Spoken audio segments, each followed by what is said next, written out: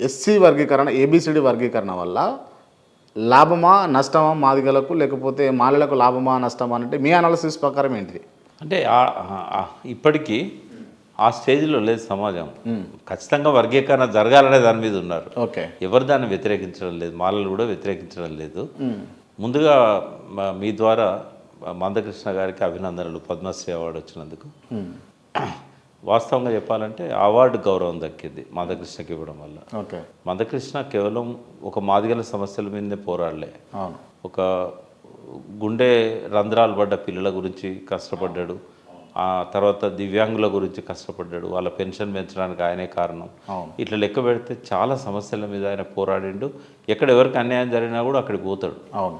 కాబట్టి మందకృష్ణ ఒక ఉద్యమకారునిగా ఆయనకు ఈ అవార్డు ఇవ్వడం అనేది బీజేపీకి కూడా మనం కృతజ్ఞతలు చెప్పాలి. ఓకే, రాష్ట్ర ప్రభుత్వం ఆయన పేరు రికమెండ్ చేయకపోయినా కూడా ఆయనకు అవార్డు ఇచ్చారంటే డెఫినెట్గా ఆ క్రెడిబిలిటీ ఇవ్వాల్సిందే. రెండవది ఏంటంటే మాలలతో కూడా నేను మాట్లాడాను. ఓకే, మందకృష్ణతో మాట్లాడాను.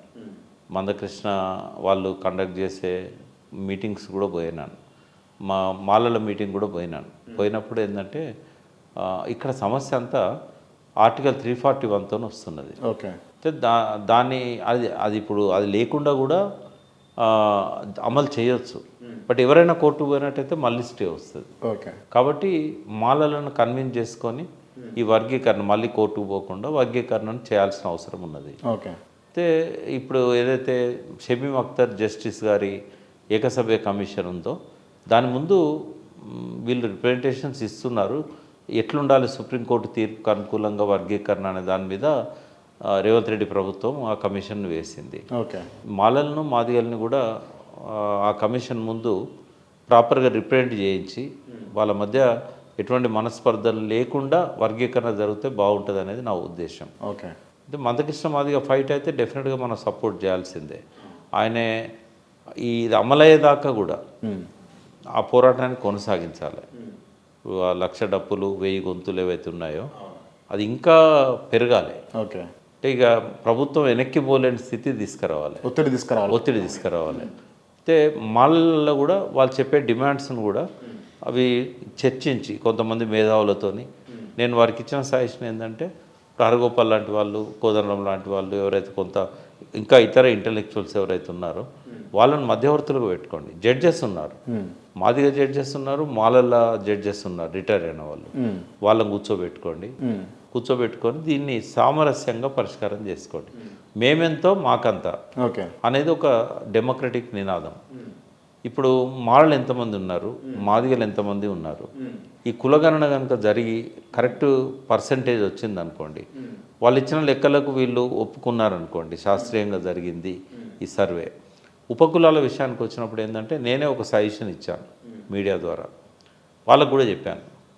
ఇవన్నీ కూడా చాలా చాలా అట్టడుగునున్న కులాలు ఇవి, ఉపకులాలు. 57 ఉపకులాలు ఉన్నాయి ఇద్దరికి కలిపి.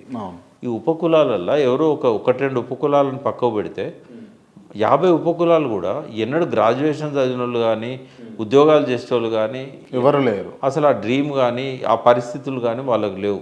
చాలా సంచార జాతులు, వృత్తి కళలు నైపుణ్యాలు ఉన్నవాళ్ళు, గోత్రాలు చెప్పుకొని కథలు చెప్పుకొని మాదిగలే అట్టడుగున్నారంటే మాదిగలను కూడా బిచ్చమడుకునే స్థాయిలో ఉన్నవాళ్ళు. అయితే అటువంటి వాళ్లకు ఈ కాంపిటీషన్లో తీసుకురావద్దు.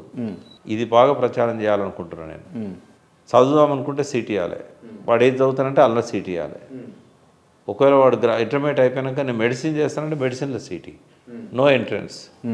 నాకు హాస్టల్లో సీట్ కావాలంటే హాస్టల్లో సీట్, ఎక్స్ట్రా కోటా అడ్జస్ట్ చేయి. ఒకవేళ నాకు ఉద్యోగం కావాలనుకుంటే వానికి ఏ క్వాలిఫికేషన్ ఉన్నదో ఆ ఉద్యోగానికి కావాల్సిన ట్రైనింగ్ ఇచ్చి వానికి ఎటువంటి పరీక్ష లేకుండా, పోటీ పరీక్ష లేకుండా వానికి ఉద్యోగం అయ్యి, వాడు ఒకవేళ నేను అమెరికా పోయి చదువుకుంటా అంటే వాడి కాలేజ్ ఫీజుతో పాటు అక్కడ ఉండడానికి కావాల్సిన ఏర్పాట్లు నువ్వే చేయి. ఎందుకంటే సమాజం రుణపడింది వాళ్ళకి, మాదిగలకు రుణపడింది, మాలలకు రుణపడింది, అట్టడుగు వర్గాలకు రుణపడింది, ఆ ఉపకులాలకు రుణపడింది. వాళ్ళు భారతీయ పౌరులు కాదా, వాళ్ళకి సిటిజన్ రైట్స్ లేవా, రాజ్యాంగంలో వాళ్ళు భాగం కాదా, ఏం చేస్తావు నువ్వు వాళ్ళకి? ఈ 75 ఏళ్ళల్లో వాళ్ళు సబ్బులు కొన్నారు, షాంపూలు కొన్నారు, స్నానాలు చేస్తున్నారు, సిగరెట్లు తాగుతున్నారు, బట్టలు ఉతుక్కుంటున్నారు. ప్రతి దాని మీద నువ్వు ట్యాక్స్ కలెక్ట్ చేసినావు కదా, నువ్వు వాళ్ళకి ఏమి ఇచ్చినావు? వాళ్ళకు ఓటు కూడా ఇవ్వలేదు, రేషన్ కార్డు ఇవ్వలేదు, ఎక్కడెక్కడో తిరుగుతారు. కొంతమంది అంటే సంచార జాతులు ఉంటాయి, నువ్వు వాళ్ళకి ఏమి ఇచ్చినావు? కాబట్టి రుణం తీర్చుకోవాల్సిన బాధ్యత ప్రభుత్వం మీద ఉంది. ఇవాళ 1100 టీచర్ పోస్టులు ఇచ్చినావా, 500 పోస్టులు వాళ్ళకే ఇచ్చేసాయి. అవి అయినాకనే వీళ్ళ డిక్లేర్ చేయి.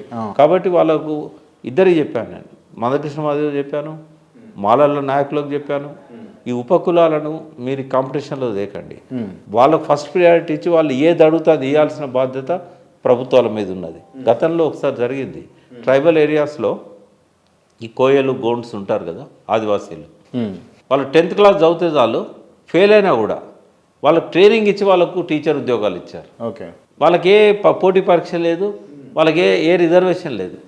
ఎందుకు ఇవ్వకూడదు అంటున్నాను నేను.